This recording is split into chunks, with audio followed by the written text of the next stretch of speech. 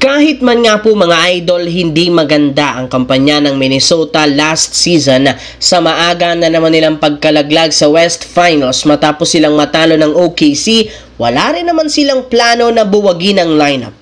Ilang araw lamang mula ng bigyan ng bagong kontrata si Naz Reid, sinundan rin naman ito ng pagpapapirma kay Julius Randle ng extension na nagkakahalaga ng $100 million sa loob ng 3 taon kasama ng isang player option sa taong 2027. Kaya mas magiging ready nga ang Minnesota sa magiging kampanya. Pero ayon sa ilang mga fans, though deserve ni Randle ang ganitong klaseng kontrata, inconsistent pa rin naman nga ito maglaro lalo sa playoffs. Kaya posible na mag-backfire sa kanilang team ang desisyon na ito ng front office, lalo pat dahil nga sa kanilang move, mas lilit ang kanilang chance ang makagawa pa ng ilang mga pagbabago. Samantala, isang araw bago mag-umpisa ang free agency na nagsimula na rin namang gumawa ng pagbabago ang Los Angeles Lakers sa mga players.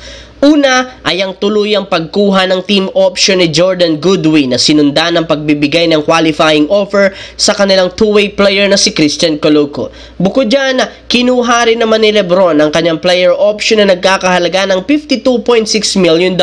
Kung may good news, meron rin namang bad news matapos opisyal na tanggihan ni Dorian Finney-Smith ang player option nito na dahilan para tuluyan siyang maging ganap na unrestricted free agent. Though pwede pa nila itong bigyan ng bagong kontrata, maaari rin naman ngang tuluyan na lamang nila itong pabayaan sa free agency. Kapag ginawa nila yan, magkakaroon sila ng pagkakataong mabigyan ng mas malaking kontrata at makuha si DeAndre Ayton na kasalukuyan ang available ngayon sa free agency matapos itong i-buy out ng Portland Trail Blazers. Sa ganyang paraan, siguradong hindi sila tatanggihan ng kampo ni Ayton at mas magiging madali para sa kanila ang pagkuha dito. Sa kabilang banda, alam naman nga ninyo na isa si Malik Beasley sa mga malalaro na tumulong sa Detroit Pistons para maging competitive last season sa Eastern Conference. Kumpara sa nagdaang taon, mas naging consistent ang scoring nito lalo ang shooting. Kaya dahil dyan, binalakan nga ng Pistons na bigyan siya ng bagong extension na nagkakahalaga